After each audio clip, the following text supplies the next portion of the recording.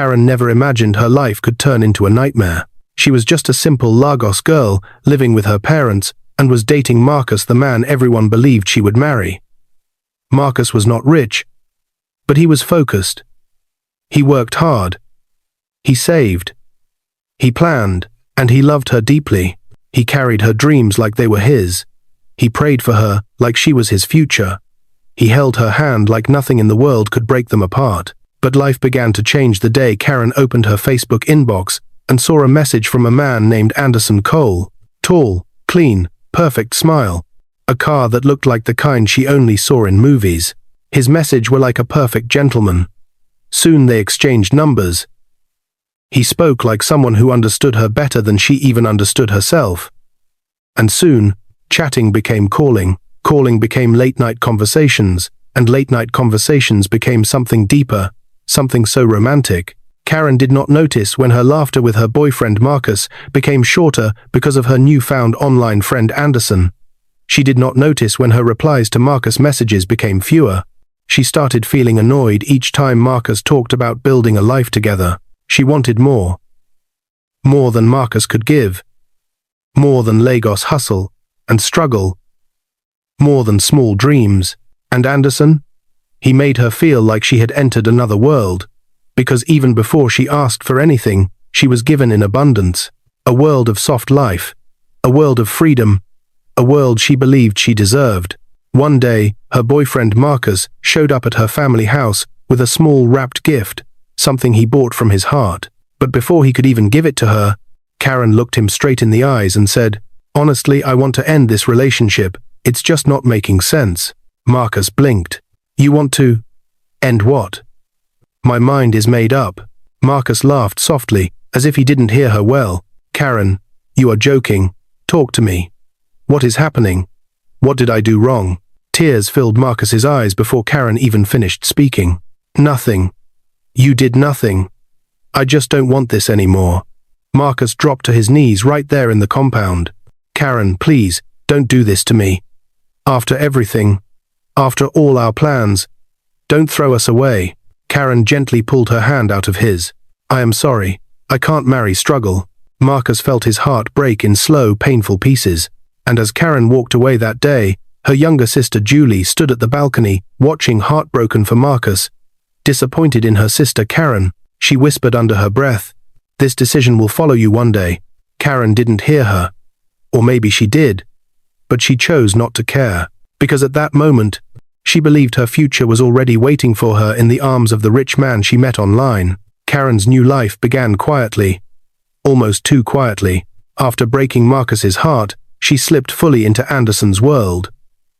The world of soft dinners, Uber rides, expensive perfumes, and late-night calls filled with promises.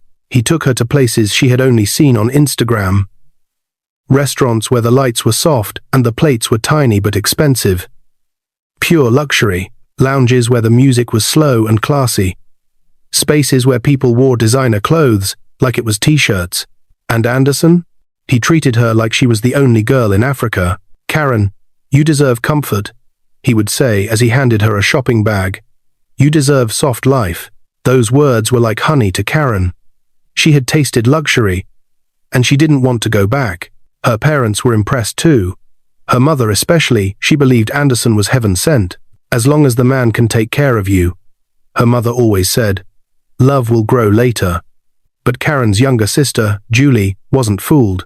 Anytime Anderson came around with his luxury car and smooth talking, Julie's eyes followed him closely. "Karen," she once said quietly in their bedroom, "don't you think this is too fast?" Karen rolled her eyes. "You are just overthinking, but you don't know him enough." "Julie, please." Karen lifted her hand. "I have made my choice." Julie didn't push further, but the worry sat in her eyes like a quiet warning. Every week, Anderson took Karen out. He spoiled her. He listened. He laughed. He looked perfect. But something else began happening. Karen changed. She started avoiding her old friends. She started ignoring their group chats. She began dressing as a celebrity.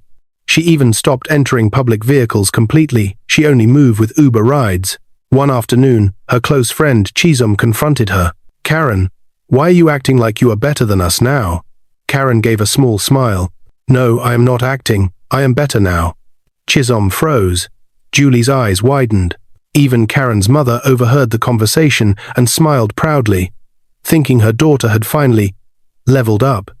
Karen didn't know. This new level she was admiring was like a castle built on sand and on secrets. When Anderson came with his convoy to visit Karen's parents, the whole street came out. Some neighbors whispered, "That man is too fine. Wow, this family is so lucky. See the cars, see the convoy. Men that matters. Ah, she will enjoy." Karen felt like a queen that day. Her parents smiled till their cheeks hurt. Anderson introduced himself as a tech investor, a blogger, and a web designer, and spoke with confidence. Even Karen's father was impressed. Only Julie kept watching him with her arms crossed. Something wasn't right, but no one else saw it. That night, Karen hugged Julie before sleeping. "Be happy for me, Julie. God has answered me. He knows I deserve a soft life. I made it." Julie hugged her back weakly. "Just be careful though." Wedding plans moved fast, too fast. In months, a hall in Ikoyi was fully booked. The hall was decorated like royalty. Karen wore diamonds she didn't know the price of. Her makeup was flawless. Her friends, those she still talked to, looked at her like she was the luckiest girl alive. And Marcus? He didn't attend. He couldn't. He heard from afar. He swallowed his pain quietly. He deleted her number. And he tried to move on. But life, in its strange twist, put Julie in his path. She comforted him. She encouraged him. And slowly, something gentle grew between them. Meanwhile, Karen's new life was full of luxury. Private flights, luxury trips, expensive clothes, fancy restaurants. Months later, she gave birth to a beautiful baby girl. Karen was living the life she used to pray for. Everything seemed perfect, until the first sign appeared. One afternoon, Karen was in her living room in Ikoyi, holding her baby in her arms, humming softly. Then came a loud knock. Very loud, very sudden. Before she could get to the door, NDLEA officers stepped in with force. "Madam, we have a search warrant."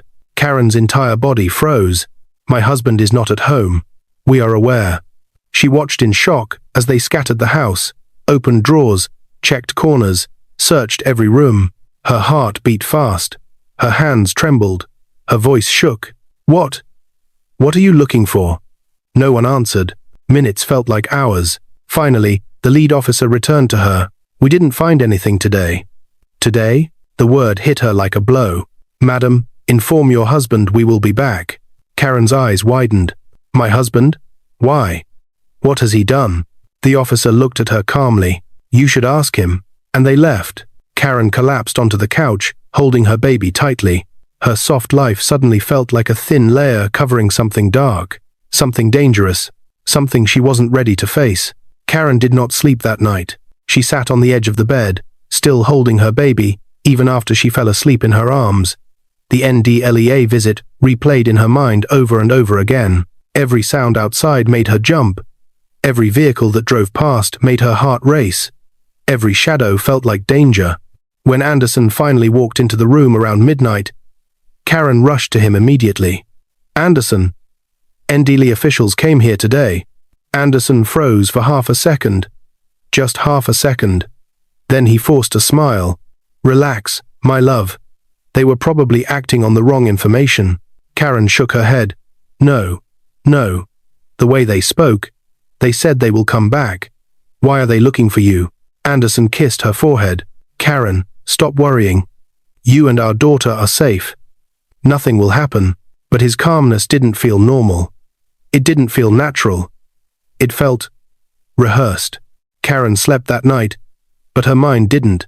Karen still lived her luxurious life, still traveled with her husband, still posted pictures with captions like, "Soft life" or "nothing." But inside her heart, something had shifted. The NDLEA visit had cracked the perfect image she built for herself. One afternoon, her friend Rachel visited her in Ikoyi. As they sat in the living room, Karen tried to explain what happened.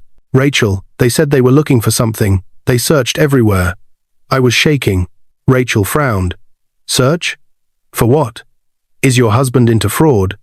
He is into tech. Karen hesitated, then forced a shaky smile.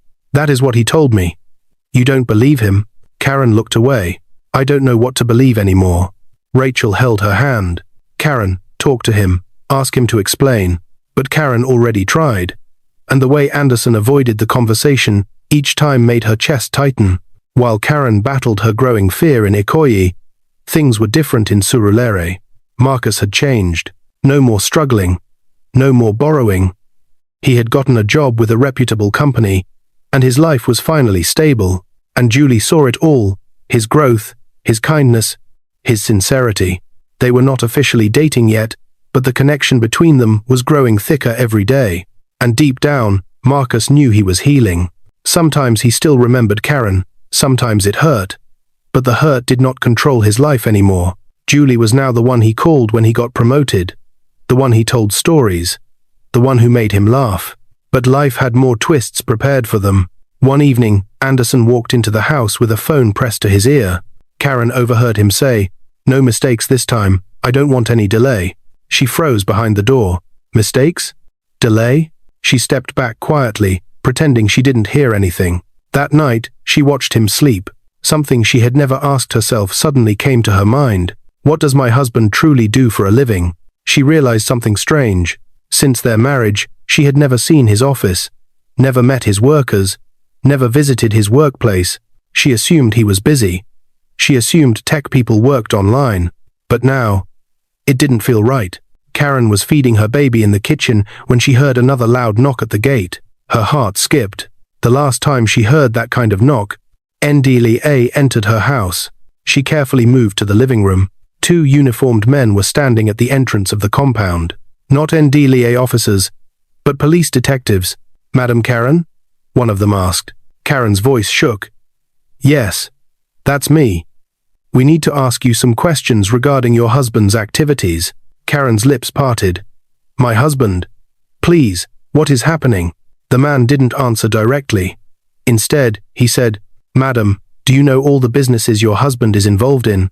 The silence in the compound became heavy. Karen swallowed slowly. "My husband is into tech. He is a web designer and a blogger." The detectives looked at each other. "Tech?" one of them asked quietly. "Yes." They wrote something down. Then one detective looked her in the eye and said, "Madam, be very careful. Tell us the truth for your own good." Karen's hands trembled. "Please, what are you trying to say? We are still investigating." And with that, they walked away. Karen stood still, her baby crying faintly in her arms. Something was wrong. Something big. Something dangerous. But she didn't know how deep it went. Not yet. She didn't know whether to go and stay in her parents' place for some time or travel out of the country. Karen's heart refused to rest. Every morning, she woke up with fear. Every night, she slept with suspicion. Her baby was the only person keeping her sane. But Anderson? He behaved like nothing was wrong.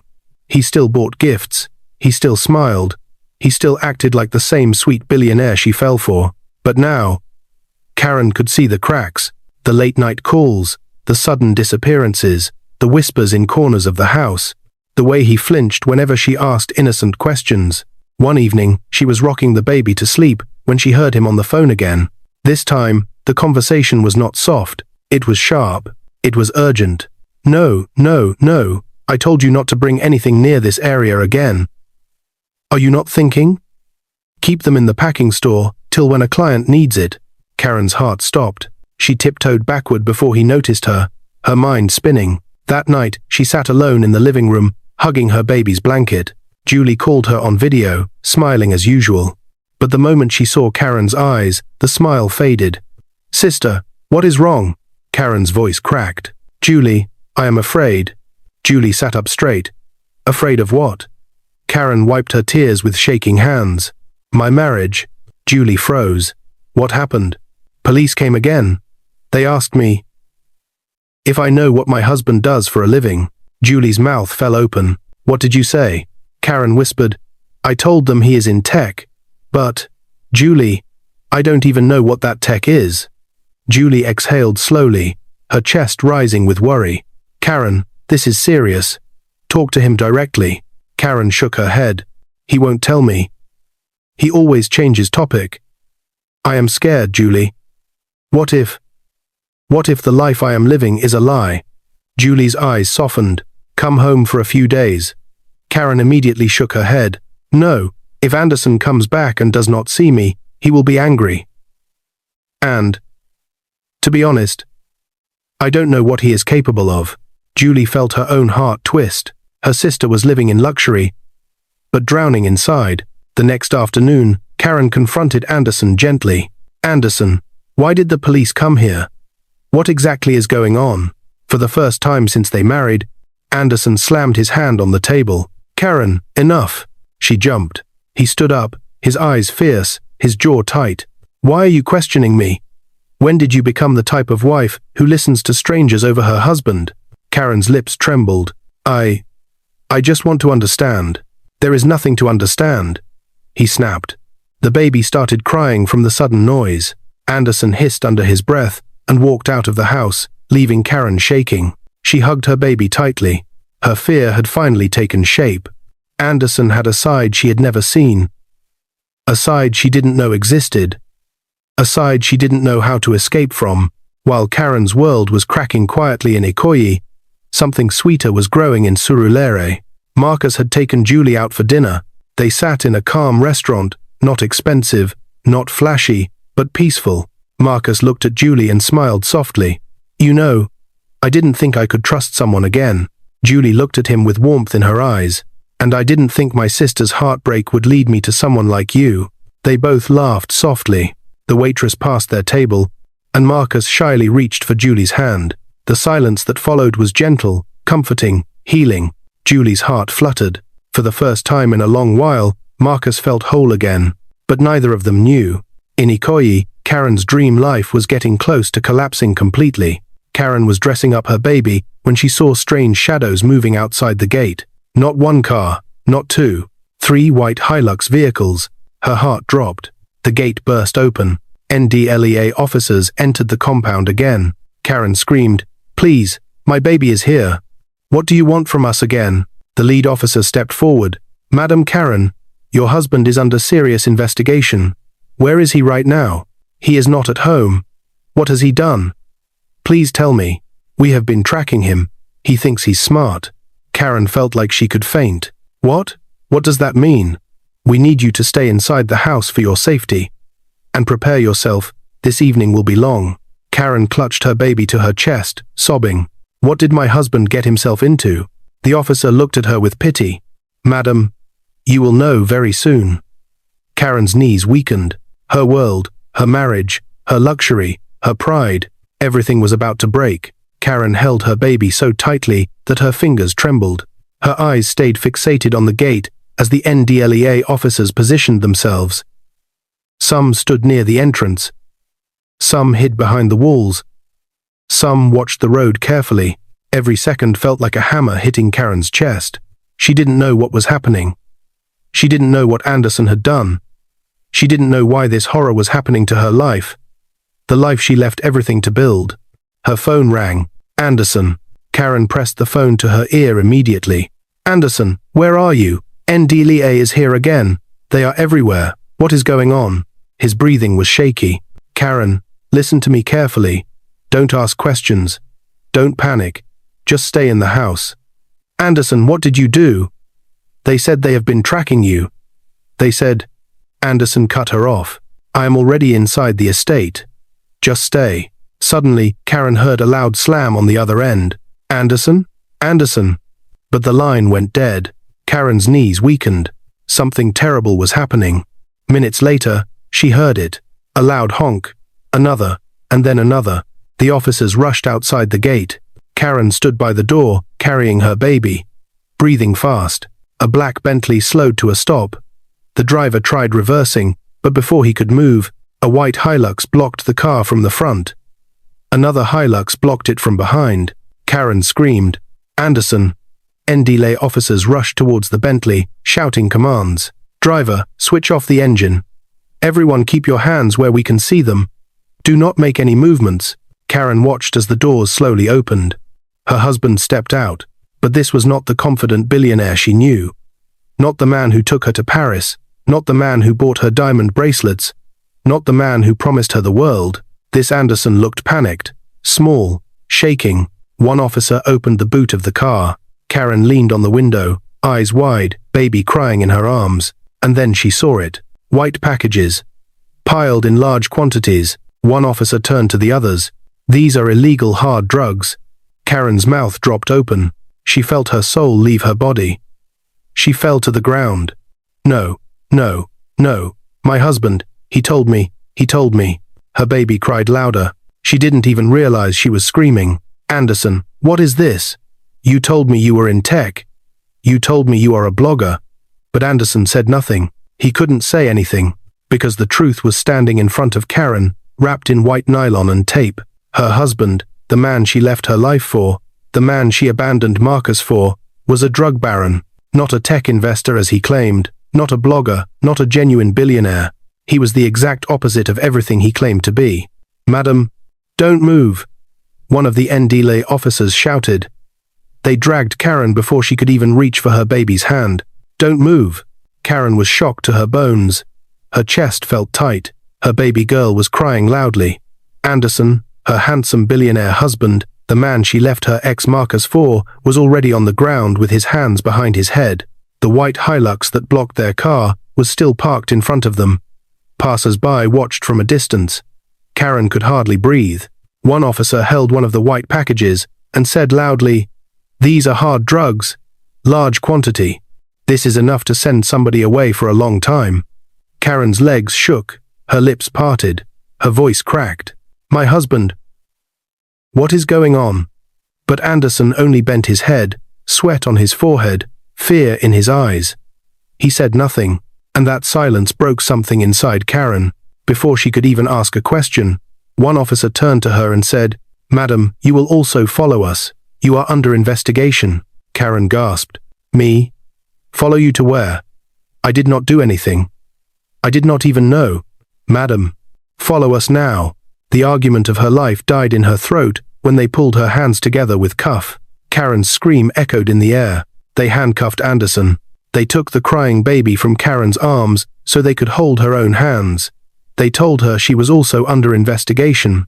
They told her she would have to explain everything she knew. Karen begged. She cried. She shouted, "I did not know. I am innocent. Please believe me. I have a child." But the law does not move by tears. She and Anderson were taken inside the NDLEA Hilux like criminals. Her life as she knew it ended right there. For weeks, Karen sat inside a detention room, crying every night. Her baby stayed with her mother. Julie visited, but Karen could barely lift her face. The news spread everywhere. Billionaire husband arrested for drug trafficking. Wife claims ignorance. All properties seized. The cameras caught Karen covering her face as she walked into court. People whispered. People insulted her. People pointed at her. The same people who once admired her luxury now mocked her downfall. Her perfect life was finished. Shortly, in court, evidence against Anderson was overwhelming. He was found guilty and sentenced to several years in prison. Everything he owned, cars, houses, money, all his accounts, was seized by the government. Karen was eventually released after investigation cleared her. But freedom didn't feel like victory. She had no house, no personal savings, no car, no money, no husband, no pride. Everything was gone. She returned to her parents' house with nothing but shame and a baby. People who once admired her now said she wanted soft life. See where it landed her, and that she was even lucky she was released. Meanwhile, in Surulere, love was growing. Marcus and Julie, Karen's younger sister, were preparing for their wedding. Marcus was now successful, respected, stable, loved. Karen heard the news from her mother. She sat on the bed, holding her child, tears rolling down her cheeks. She whispered to herself, "I lost the only man who ever truly loved me." It hit her harder than anything NDLEA ever did. The luxury she chased is now like a mist. The man she threw away had found someone who valued him, and it happened to be her younger sister. And the man she chose had dragged her into the mud. Karen wiped her tears, kissed her baby gently, and held her close. "Never again," she whispered. "I will start again, even if it is from zero." Her story didn't end the way she wanted. She has learnt the hard way because life always teaches, even when the lesson is painful. Meanwhile, Anderson's friend got to find out that what happened to Anderson was as a result of an informant and a rival, and he vowed that the NDLEA must know about all the drug barons, not only Anderson. What is your view about this story? Where are you watching from? Do well to let us know in the comments below, and don't forget to like, share, and subscribe for more interesting stories. Stay blessed.